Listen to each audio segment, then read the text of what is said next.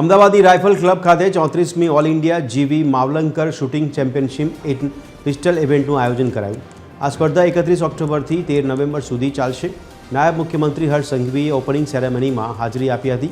આ ઇવેન્ટમાં ગુજરાતના 196 શૂટર્સ સહિત દેશભરમાંથી 4600 શૂટર્સ 10 મીટર, 25 મીટર અને 50 મીટર પિસ્ટલ ઇવેન્ટમાં ભાગ લેશે. આ પ્રસંગે ઇન્ડિયન ઓલિમ્પિક એસોસિએશનના senior vice president Ajay Patel પણ હાજર રહ્યા હતા.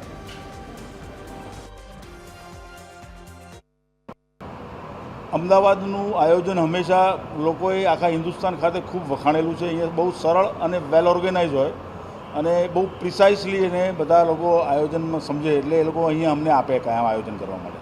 આ સ્પર્ધામાં કોઈ રાષ્ટ્રીય કે આંતરરાષ્ટ્રીય એટલે ના હોય કે આ પ્રી નેશનલ છે, એટલે નેશનલ થયા પછી જ રાષ્ટ્રીયમાં જઈ શકે અને આંતરરાષ્ટ્રીયમાં જઈ શકે. પણ અહીંયાથી એકવાર ઉભરે પછી આગળ વધે, આમાંથી ક્વોલિફાય થાય પછી નેશનલ રમે.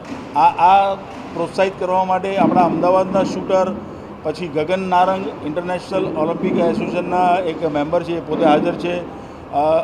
ઋષિરાજ બારોટ જે રેપિડ ફાયરમાં વર્લ્ડ કપ જીતેલા છે, એ પોતે હાજર છે. એ લોકો તો હાજર છે જ છે.